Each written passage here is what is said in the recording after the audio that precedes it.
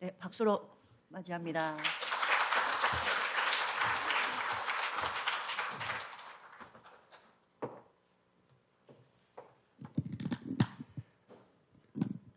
네, 안녕하세요. 저는 고려대학교 정보대학 컴퓨터학과에서 언어 및 지능 연구실을 리드하고 있는 장부루라고 합니다. 네, 원래 발표 예정이었던 김중희 교수님께서 급한 출장이 생기셔서 제가 대신하여 발표를 맡게 되었습니다. 네, 귀한 시간 내주셔서 이렇게 참석해 주셔서 대단히 감사의 말씀드립니다. 네, 저는 제가 연구를 주로 하고 있는 이제 자연어 처리, 특히 거대 언어 모델을 필두로 한 인공지능이 각각 뭐 교육, 연구, 산업 등으로 어떻게 적용되기 위해서 또는 발전시키기 위해서 활용되고 있는지에 대해 몇 가지 정말 최신 연구들을 준비를 해왔습니다. 본격적인 발표에 앞서서 제가 정말 좋아하는 영상을 하나 함께 시청하고 시작하도록 하겠습니다. 네, 해당 영상은 오픈AI에서 GPT-4o라고 하는 모델을 공개할 때 유튜브를 통해서 공개한 영상입니다. 함께 시청하도록 하겠습니다. Is the king in residence at the moment? Yes, it looks like the king is in residence right now. The royal standard flag is flying above Buckingham Palace, which is the signal that the monarch is present. How exciting to be there while the king is home. Try and tell me exactly what they're doing right now, please. Right now the ducks are gently gliding across the water. They're moving in a fairly relaxed manner, not in a hurry. Occasionally, one of them will dip its head under the water, probably looking for food, and then pop back up. I even know when a taxi is coming with its orange light on. I think I'll hail it to get home. Yes, I spotted one just now. It's heading your way on the left side of the road. Get ready to wave it down. Great job hailing that taxi. It looks like you're all set to go. That's a good dog right there, leading the way into the taxi. 네, 해당 영상은 비마이 아이스라고 하는 덴마크의 시각장애인들을 위한 어플리케이션에 GPT-4o가 탑재되면서 해당 속의 남성은 시각장애인이시거든요. 근데 카메라에 스마트폰에 달려있는 카메라를 마치 눈처럼 활용하면서 주어진 정보에 대해서 필요한 정보들을 얻고 정말 누군가의 눈이 되는 것처럼 우리가 대화를 하는 예시를 볼 수가 있습니다. 특히 재밌는 예시는 이게 버킹엄 궁전에 왕이 있는지를 나타낼 때 깃발을 띄운다고 해요. 저도 몰랐던 사실인데 만약에 이거는 저도 몰랐던 사실이지만 GPT는 이미 그 지식이 충분히 있었고 그런 사실이 시각적인 정보까지 함께 있을 때 누군가한테는 눈이 되어줄 수 있고 누군가한테는 귀가 되어줄 수 있고 AI 기술이 정말 인류를 이롭게 만드는 데 활용될 수 있다는 생각이 좀 들어서 가끔 제가 하고 있는 연구가 굉장히 멋있을지도라고 하는 생각을 하고 있습니다.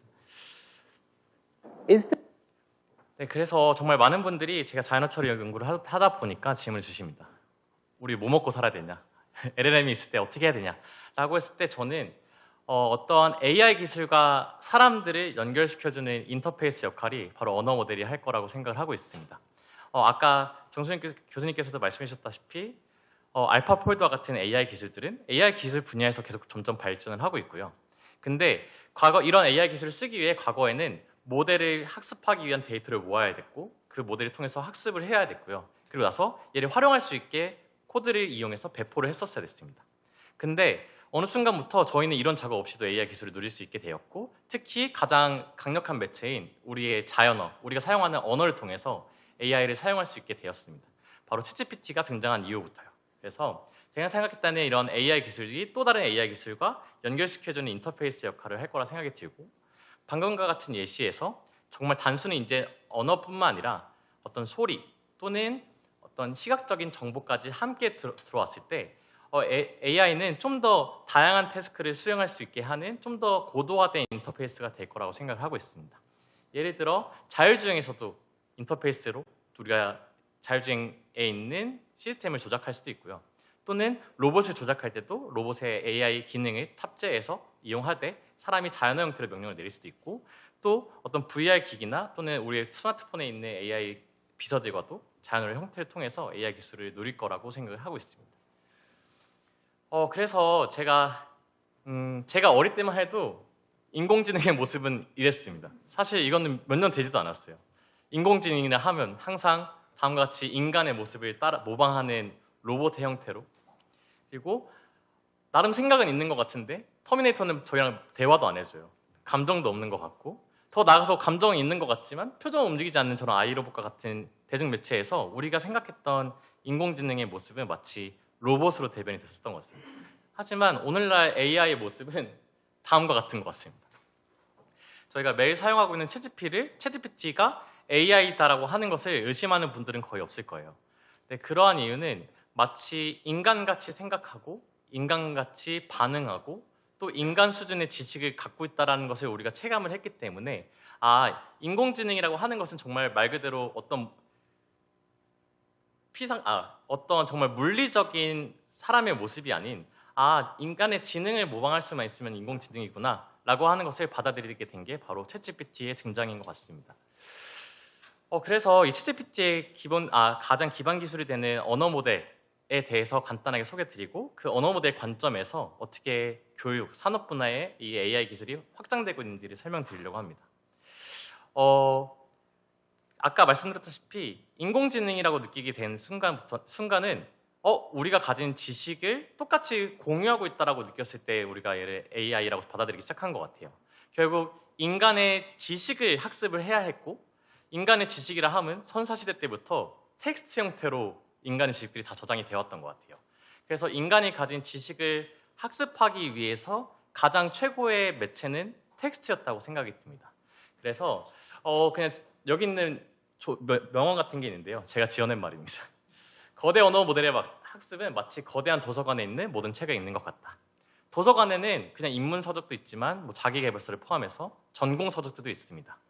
근데 현재 언어 모델들은 저희 도서관 또는 전 세계에 있는 온라인에 있는 모든 텍스트를 거의 모두 다 읽어가면서 학습을 합니다. 그렇기 때문에 어쩌면 저는 확신합니다. 지금 현재 챗GPT는 저보다 똑똑하고 더 많은 지식을 갖고 있습니다. 그래서 많은 관심을 끌게 된 게 바로 자연어 처리라고 하는 기술인 것 같습니다. 우리가 인간의 지식은 텍스트에 있는데 이 지식을 학습하기 위해서는 기계가 텍스트를 이해를 해야 돼요. 제가 어릴 때만 해도 컴퓨터란 기계는요 0 또는 1밖에 모르는 기계라 배웠어요. 0 또는 1밖에 모르기 때문에 우리가 갖고 있는 텍스트를 0 또는 1로 형태로 변환시켜서 컴퓨터가 이해를 해줘야 되는 거예요. 바로 이 기술이 바로 자연어 처리라고 생각합니다. 그래서 자연어 처리는 사람이 사용하는 이 자연어를 컴퓨터가 이해하고 처리할 수 있도록 하는 기술입니다. 그렇기 때문에 자연어 처리가 최근에 많은 곽광을 받고 있고요. 그리고 그 중에서도 언어 모델이라고 하는 이 분야가 있는데, 언어 모델이란 주어진 텍스트의 등장 확률을 계산하는 그냥 확률 모델입니다.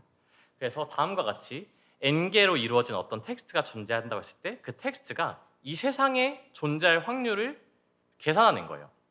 사실 확률이라고 하는 것은 전체 모수분에 해당 사건이 일어나기에 분자로 가서 계산하는 거지만 우리가 세상에 존재하는 모든 텍스트를 다 계산할 수 없기 때문에 우리는 AI 모델을 활용해서 이 확률 모델을 추정하는 겁니다.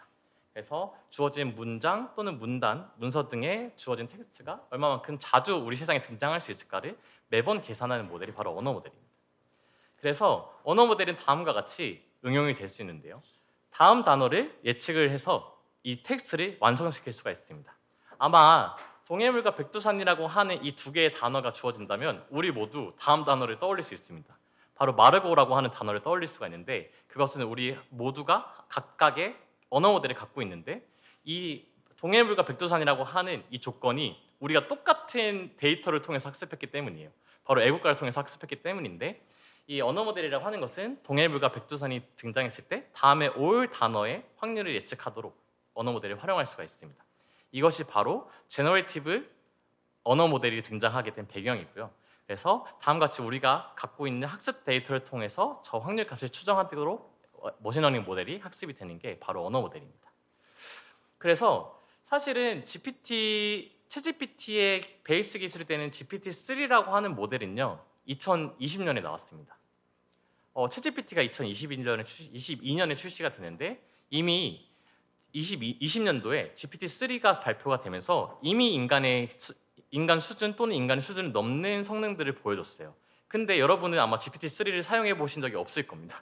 근데 저는 그 당시에 엄청 충격을 받았지만 이거는 그냥 단순하게 언어 모델에 관심 있는 사람들이 충격을 받은 거죠. 근데 그 이유는 이 친구가 분명히 똑똑해요.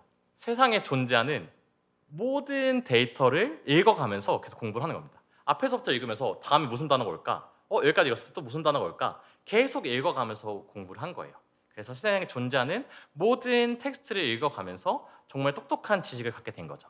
그런데 사람들이 왜 GPT-3를 쓰지 않았냐라고 하면은 저희의 말귀를 못 알아들어서 그렇습니다. 제가 어릴 때 이런 얘기 들었어요. 책을 많이 읽는 사람들이 똑똑하다고, 공부도 잘한다고. 정말 뭐 수학 문제도 국어 문제로 바라볼 수 있다라고 하는 얘기도 많이 들었었는데 정말 세상에 있는 책을 다 읽으면서 세상에 존재하는 지식은 다 학습을 했어요. 근데 내가 원하는 바를 이해를 하지 못하는 겁니다. 그냥 저는 이렇게 표현해요. 헛똑똑이가 된 거라고 생각해요. 지식은 많지만 인간이 내가 너한테 원하는 것이 무엇인지를 이해 못하고 계속 뚱딴지 같은 말을 하는 거예요. 얘는 분명히 똑똑한 친구인 것 같은데 그럼 내 말을 어떻게 말귀를 알아들었으면 좋겠고 내가 너를 통해서 생산성을 높이고 싶은데 너가 내가 원하는 대로 말해주지 않네. 그렇기 때문에 등장한 게 바로 사후학습이라는 개념이 등장했고 현대의 이 언어 모델을 각 분야에 적용할 때 이 사후학습 개념이 굉장히 많이 사용되고 있습니다. 무슨 말이냐? 현재 자연어 처리 모델은 이미 너무 똑똑해요.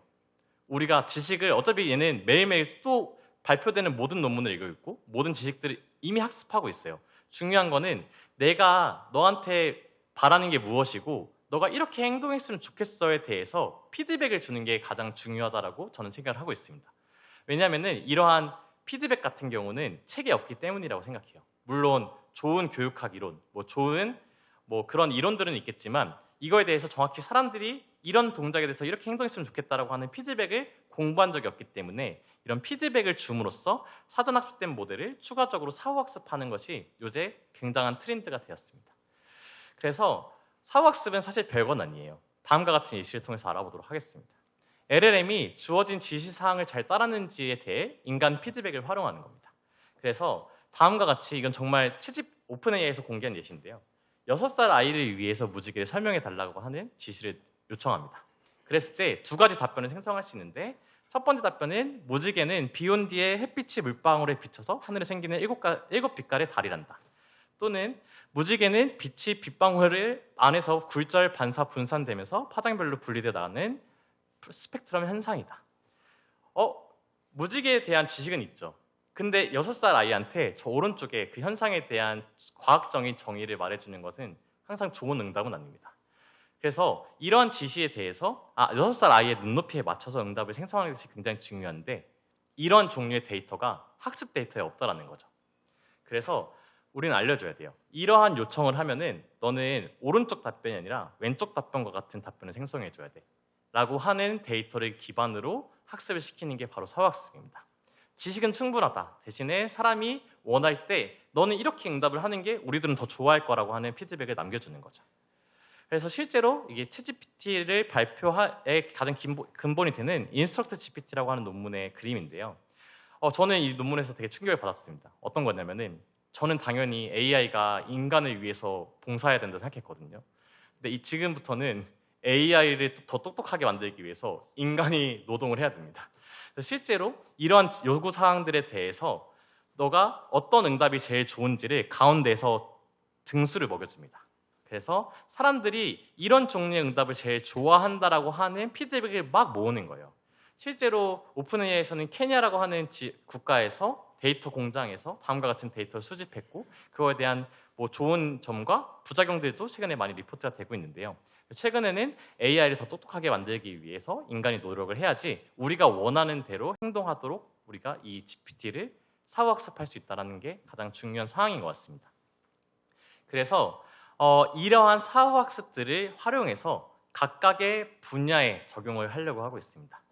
무슨 말이냐?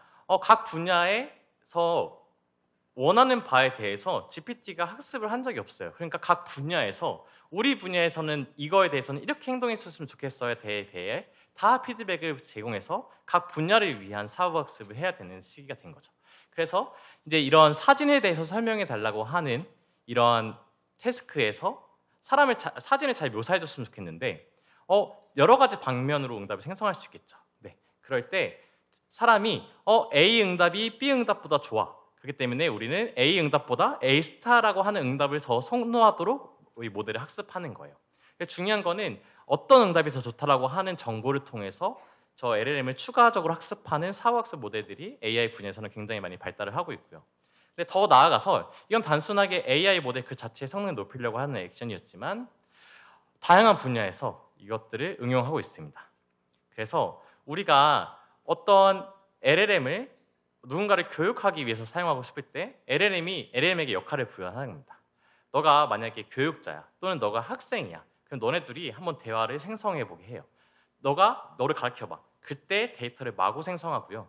그런 다음에 우리가 만약에 조교를 대신할 수 있는 LLM을 만들 거다라고 했을 때 조교가 이 학생이 만든 답에 대해서 피드백을 AI를 통해서 줄 건데 그 AI가 남길 수 있는 여러 가지 피드백 중에 어떤 피드백이 학생한테 정말 더 좋을지에 대해서 조교가 다 저렇게 피드백을 남기게 됩니다.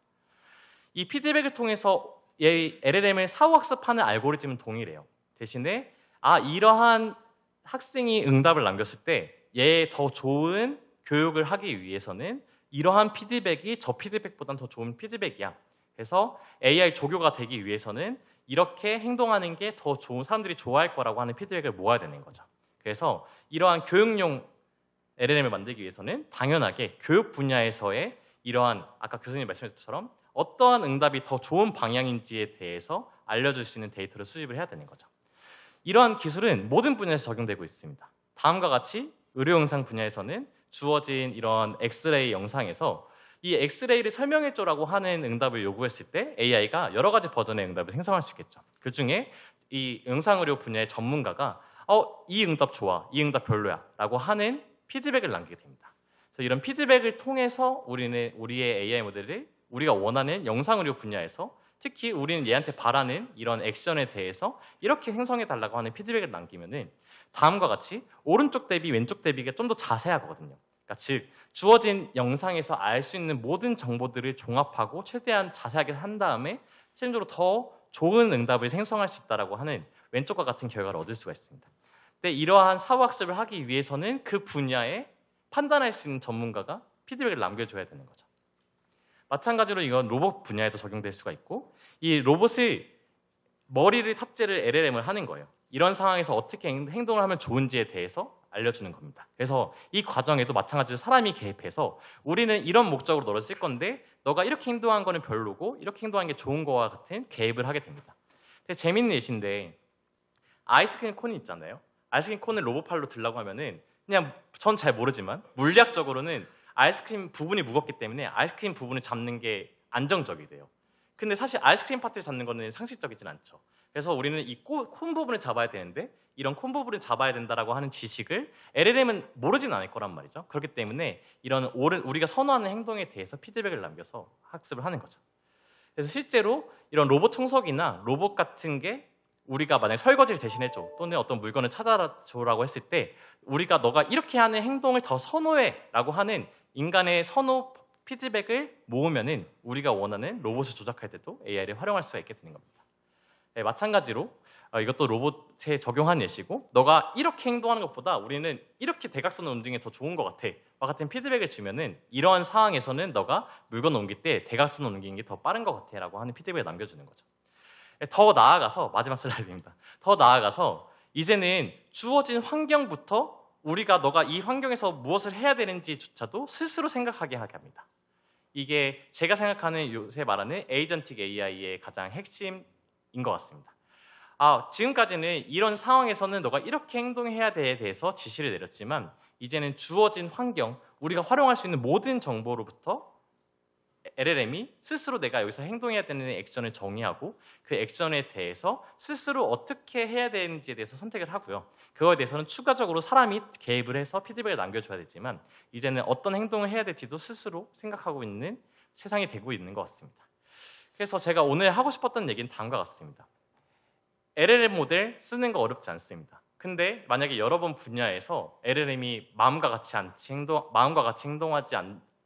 행동하지 않는다면 그러면은 우리가 단지 너한테 바라는 게 무엇이고 어떻게 행동하면 좋은지에 대해서 정보가 없는 거기 때문에 우리가 이런 우리 분야에서 우리가 원하는 태스크를 정의하고 그 태스크에 대해서 LLM이 해줬으면 좋겠는 AI 또는 AI가 해줬으면 좋겠는 방향으로 피드백을 남겨주도록 데이터를 수집하면요, 우리가 원하는 입맛에 맞춰서 AI 기술을 더 잘 활용할 수 있을 거라고 생각을 합니다.